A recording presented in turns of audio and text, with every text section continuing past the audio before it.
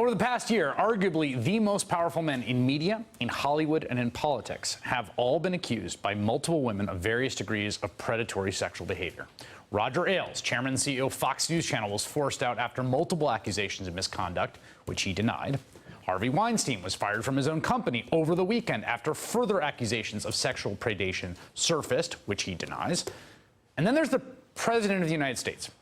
Almost exactly 1 year ago, the famous Access Hollywood tape was released, which we don't need to play because everyone remembers that tape and what Trump said in it. But what is not always remembered is what happened right after that tape was released. Woman after woman came forward, nearly a dozen in all, accusing Donald Trump of inappropriate behavior and sexual assault. The New York Times spoke with accusers like Jessica Leeds, who said Donald Trump groped her during a flight in the early 1980s. It wasn't until they cleared the meal that somehow or another the armrest in the seat disappeared, and it was a real shock when all of a sudden his hands were all over me. I hesitate to use this expression, but I'm going to, and that is, he was like an octopus. It was like he had 6 arms. He was all over the place when he started putting his hand up my skirt, and that was it. That was it. I was out of there.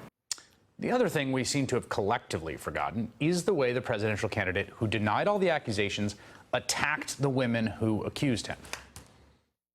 When you looked at that horrible woman last night, you said, I don't think so. I don't think so. Whoever she is, wherever she comes from, the stories are total fiction. I was sitting with him on an airplane, and he went after me on the plane. Yeah, I'm going to go after. Believe me, she would not be my first choice, that I can tell you. Man, you don't know. That would not be my first choice. Here's what Trump said about other women who accused him of sexual assault. She's right. She's a liar. She is a liar. She's writing a story. Check out her Facebook page. You'll understand.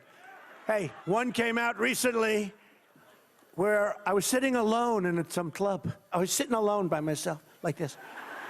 And then I went, wow.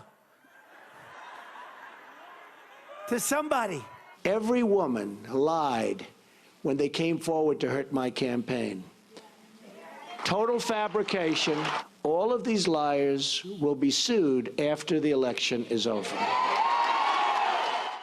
Erin Carmona is a contributing writer to the Washington Post Outlook, and Jess McIntosh, a senior advisor back in the day to 2016 Hillary Clinton presidential campaign, currently the executive editor of Share Blue. How are you processing or thinking about the Weinstein story a year after that story about the president? Yeah, watching those clips was tough. I haven't seen those since, and They're pretty bad. I remember that week on the campaign. That was, I think, the hardest week psychologically on the campaign. And it was funny because you would watch SNL that night and they would cut to us partying and popping champagne. That was not the mood. It was a lot of women in that office, and listening to the cheers as that man suggested that these women were too unattractive to assault. There was no political upside to that. The fact that we didn't even know that he was going to win at this point, but the fact that somebody had come that far with that kind of backing, making that kind of statement, already showed that we were much farther gone as a country than I had previously realized. I think at this point, aside from the perpetrators, for the most part, we believe there are decades of women who all come forward with the same story. At this point, thank God, we tend to believe them as a society. And I think people believe that this happened. They just didn't care enough to not elect him. Yeah. When he said in that Access Hollywood tape, he said something like, when you're a star, they just let you do it. Mm-hmm. The women, the 53% of white women, the majority of men who voted for him, proved that right. They proved that there would be no consequences for it, and that's why I think it's so extraordinary that we're seeing these latent consequences now, finally. For Weinstein, but do you think Jess said that they believed him but didn't care? Do you think that's true or they didn't believe it?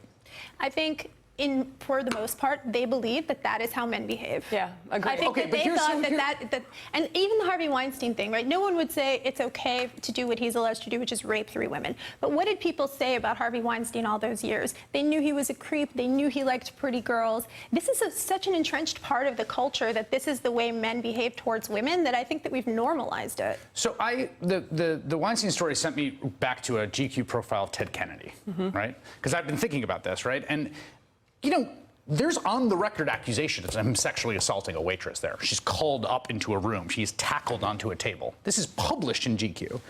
And, you know, for years, conservatives have screamed bloody murder about Ted Kennedy, from Chappaquiddick through that. And there was some part, I think, of people, they think, like, but I like Ted Kennedy, and I like his politics, and I'm willing to sort of look the other way. Oh, And I feel like when I think about Trump, it's like, there is some impulse to be like, wait, but he's one of the, no, it can't be true about him. They might excuse away the worst parts of it, but then say, well, fine, nobody's perfect. This is not about his moral character. This is about the positions that he takes. I mean, that's the classic Bill Clinton conundrum. And ironically, the only person who really paid the price for that was Hillary Clinton. His wife. Right, which is one of the most sort of grotesque parts of the whole thing. Right? Obviously, systemic misogyny is not a party line issue. It's not even a male-female issue. That's why you call it systemic. But there is, in fact, a partisan point that I think needs to be made. When we talk about Roger Ailes or Bill O'Reilly or Donald Trump, these men who have these values, who treat women this way, have become somehow the bloodstream of the modern Republican Party. And it is seen in the policies that they enact that are also intended to make women feel powerless. But the argument from conservatives about Weinstein, and they have been running with the Weinstein story because I think they think it validates him, is that this guy gave $100,000 to Planned Parenthood. Weinstein gave a few $1 million to Democratic causes over the course of a decade.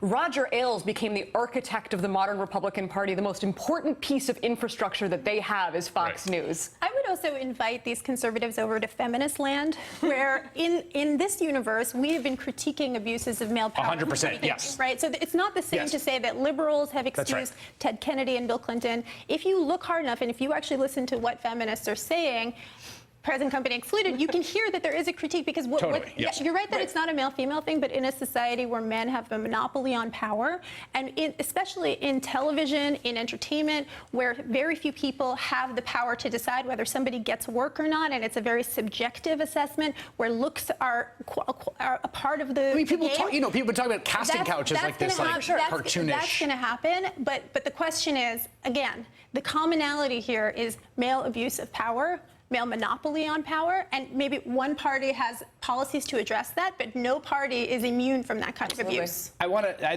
That's very well said. I should say that the sort of feminist writers that I follow isn't like no one's like apologizing for Harvey Weinstein or anything, right? Like, and I think part of the conservative anger is about the sanctimony of Hollywood, right? And I think there's a core to a fair point there, right? Which is like, there's a lot of people implicated in this in Hollywood who knew what was going on, and who can be very self-righteous about. I just want to make sure that we turn to the men in Hollywood. Yes, right, first that's and right, foremost, yes, because right. I'm hearing all of this. Where are the actresses that he's worked with? Why haven't they said anything? Let's eviscerate them. I don't want to hear from the women about the abuse of male power. I want to hear from the men that are the most complicit in allowing that kind of thing to happen. I want to get your reaction to this Kellyanne comment, because it was sort of bizarre to watch. I mean, my first thought was like, this was a year ago. I remember when the tape came out. I remember the accusations on the record. The president of the United States, person after person, which again, like, has been memory hauled.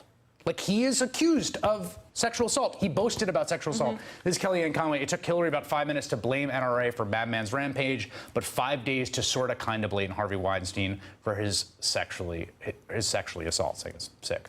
Yeah. Yeah, sister, you are working for a sexual predator. I don't know where you can get off criticizing anybody for anything in this realm and still look at yourself in the morning. It's just not. It's so far beyond the pale. I can't even imagine the kind of mental shutting down that she has had to do to be able to comment on a story like this while working in a White House for that man. Well, this is the thing. Nobody does this in a vacuum. I mean, again, we shouldn't be focusing on the actresses, but we should also realize that one reason why so many people didn't come forward is because they owed Harvey something, they wanted something from him, or they blamed themselves. Or they thought what would happen, or what they thought would happen to them is what happened to the women who accused the president of the United States. Who went to the police. She wore a wire right? The woman who went to the police on the Harvey Weinstein case, they declined to prosecute despite the fact that he said that he basically admitted on tape that he assaulted She her. did everything that you ask of a victim. Why didn't you go to the police? Why didn't you do everything that they said? She did. She went didn't back say to no. him She wearing went a back to him wire. wearing a wire, She and said his no legal repeatedly. team smeared her so badly that the cops wouldn't prosecute the case that they understood they already had. And that's smearing, fine. when I read that smearing today, we went back to look at those rally tapes. The President of the United States. Absolutely. These women are liars. They're unreliable. It was the exact same playbook that you've seen time and time again. Erin Carmone and Jess McIntosh, thank you for making time today. I really do appreciate it. Hey there, I'm Chris Hayes from MSNBC. Thanks for watching MSNBC on YouTube. If you want to keep up to date with the videos we're putting out, you can click subscribe just below me or click over on this list to see lots of other great videos.